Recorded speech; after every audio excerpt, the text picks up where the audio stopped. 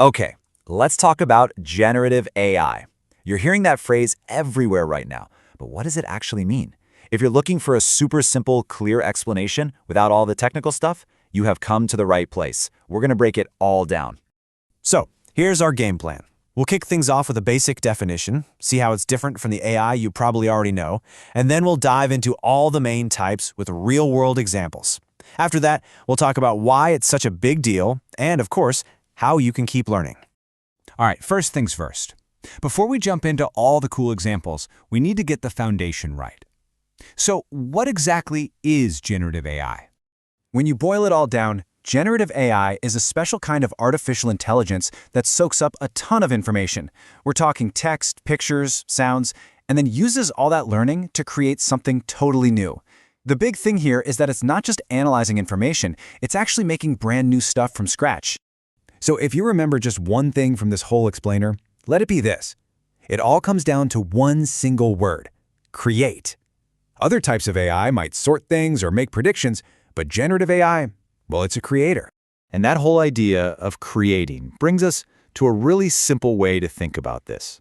To really get what makes generative AI so special, it helps to put it side by side with what you might call traditional AI. Let's look at how they're different. This really lays it all out. On one hand, you have traditional AI. Its job is to look at data and make a decision. A perfect example is your email spam filter, right? It looks at an incoming email and decides, is this junk or not? But generative AI, it learns from data to create something new. So just think of it like this. Traditional AI decides, and generative AI creates. Okay, so we've got the main idea down. Now for the really fun part, breaking down all the different kinds of things this technology can actually create. This is where it all starts to feel real. First up, we've got text generation. This is probably the one you've bumped into the most. Just like the name says, this kind of AI is trained to understand language and then write like a human. It can whip up answers, articles, emails, you name it. And I'm pretty sure you've already used this. You know those chatbots that pop up on websites to help you out?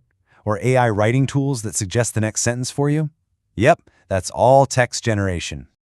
All right, let's move from words to pictures with image generation. Now, this is where things get super creative because this AI can cook up some amazing, completely original images just from a few words you type.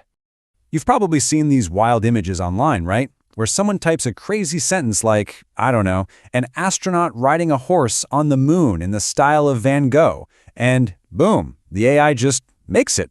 It's also being used for things like creating concept art for movies or video games. Pretty cool. Next, let's talk about sound.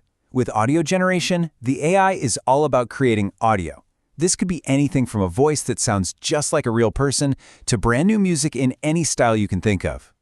You hear this all the time. The text-to-speech that reads an article out loud to you, the voice of the assistant on your phone, or even AI tools that compose background music for videos. That's all audio generation in action. Taking it up another notch, we have video generation.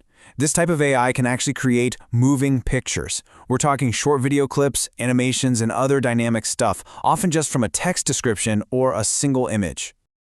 This space is blowing up right now. You're seeing it in tools that can automatically make simple explainer videos, generate quick clips for social media, and help artists create animations way faster than before. Now for something a little more technical, but absolutely a game changer: code generation. This is a huge help for software developers because it can understand a request and then automatically write the computer code to make it happen. So developers are using AI assistants that suggest the next line of code as they're typing, or tools that can write a whole chunk of a program for them. It saves a massive amount of time and helps cut down on simple mistakes. And that brings us to the last and maybe most advanced type, multimodal AI. Now that term multimodal sounds really technical, right? But all it means is that it can work with different formats or modes at the same time. Think text, images, and audio all mixed together.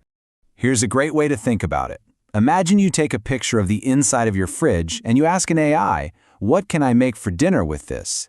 The AI understands the picture and your text question, and then it generates a recipe for you.